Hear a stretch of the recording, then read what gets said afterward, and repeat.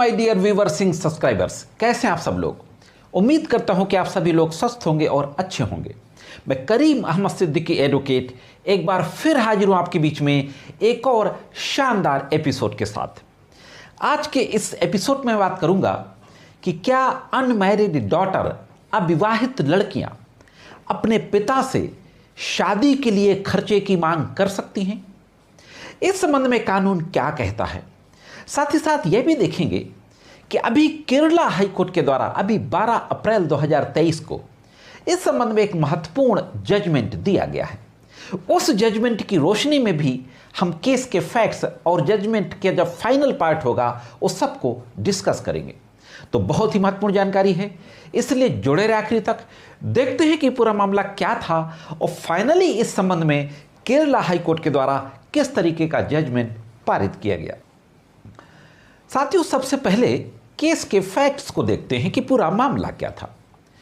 दो बेटियों के द्वारा फैमिली कोर्ट में एक पिटीशन फाइल की जाती है कि हम दोनों की शादी के लिए खर्चा दिया जाए, और शादी के खर्चे के लिए जिस धनराशि की मांग की जाती है वह धनराशि होती है 45,92,600 रुपये। हाँ दोस्तों, 45,92,600 रुपीज़ की मांग की जाती है।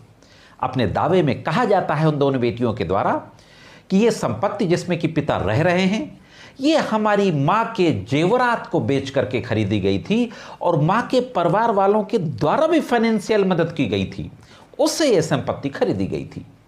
माता पिता के बीच में संबंध खराब हो गया, लेकिन बेटियां माँ के साथ रह रही थी और अपने पिता से अपनी शादी की धनराशि की मांग करती हैं, यह दावा दाखिल करके।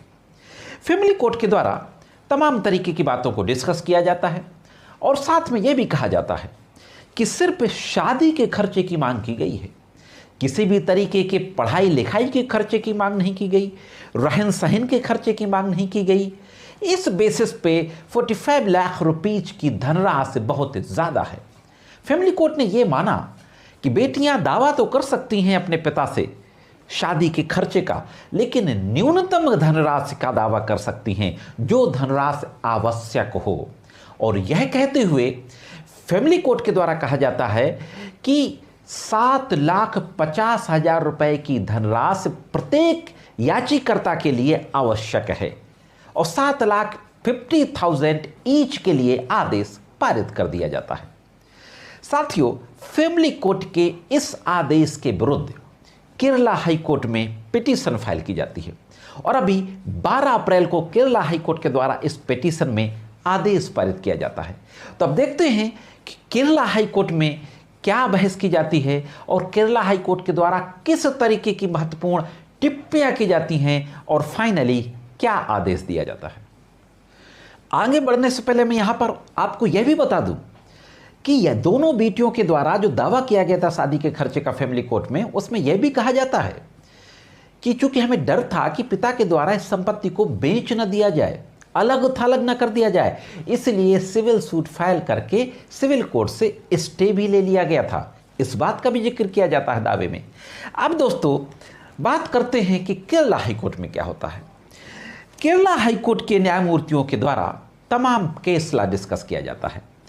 सबसे पहले कहा जाता है कि Hindu adoption and maintenance act में जो प्रावधान दिए गए हैं उन प्रावधानों की चर्चा की जाती है और साथ ही साथ मुस्लिम्स में इस संबंध में क्या प्रोविजन है उसके बारे में भी बात की जाती है। और इस संबंध में सुप्रीम एक महत्वपूर्ण केस का जिक्र किया जाता है। वह केस था इस्माइल बनाम फातिमा एंड अदर्स, 2011 का केस था। इस केस की पूरी डिटेल आपकी स्क्रीन पे है और इस केस में सुप्रीम कोर्ट के द्वारा जो प्रिंसिपल लेट डाउन किए गए थे उस प्रिंसिपल को कोड किया जाता है और वो पोर्शन जजमेंट का कोड करते हुए कहा जाता है, अपने पिता से शादी के लिए उचित खर्च पाने का एक अविवाहित बेटी का अधिकार धार्मिक रंग में नहीं रंगा है। यह अविवाहित बेटी का अधिकार है, भले ही उसका धर्म कुछ भी हो। किसी व्यक्ति को धर्म के आधार पर इस प्रकार के अधिकार का दावा करने से रोका नहीं जा सकता। हाँ साथियों, साथ ही ट्रांसफर ऑफ प्रॉपर्टी एक्ट की धारा 39 का भी जिक्र किया जाता है और यह कहा जाता है कि धारा 39 में इस बात का उल्लेख किया गया है, यह माना गया है कि एक अविवाहित बेटी का अपने पिता से शादी का खर्च प्राप्त करने का अधिकार एक कानूनी अधिकार है, इसको धर्म में नहीं बांधा जा सकता है। आगे और कहा जाता है कि Hindu adoption and maintenance act में धर्म की परवाह किए बिना पिता की चलाचल संपत्ति में होने वाले लाभ के खिलाफ अधिकारों को लागू किया जा सकता है। तो इस तरीके से महत्वपूर्ण टिप्पणी की जाती है। हिंदू मेंटेनेंस एक्ट के एडॉप्शन एंड मेंटेनेंस एक्ट के प्रोविजंस का जिक्र किया जाता है। मुस्लिम लॉ के संबंध में जो इस्माइल बनाम फातिमा एंड अदर्स का केस था सुप्रीम कोर्ट का, उसमें जो प्रिंसिपल ले डाउन किए गए थे उनका जिक्र किया जाता है।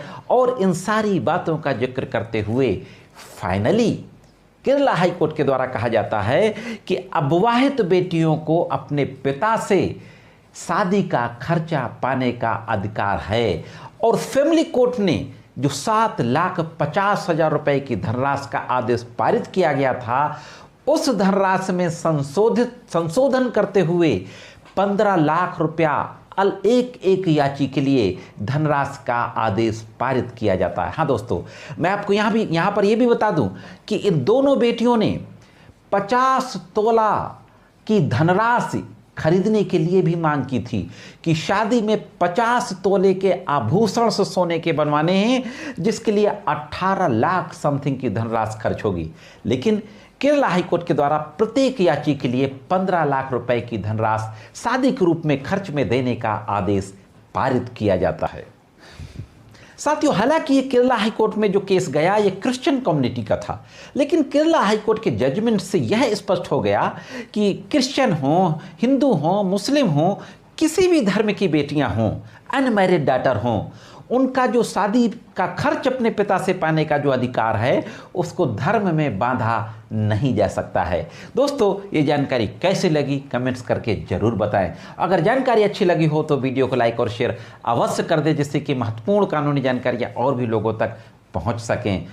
और साथियों, अगर आप चैनल में पहली बार हो, वीडियो को पहली बार देख रहे हो, तो मेरे चैनल को सब्सक्राइब ज़रूर कर दें। सब्सक्राइब करके बेल बटन को हिट करके ऑल पे सेट कर दें। वीडियो कैसा लगा कमेंट्स करके ज़रूर बताएं। आज की वीडियो में सिर्फ इतना ही। मिलते हैं किसी अन्य वीडियो में कानून की कुछ अन्य जानकारियों के साथ। तब तक कानून की विभिन्न तरीके की जानकारी के लिए देखते रहें लीगल एंड सोशल अवेयरनेस।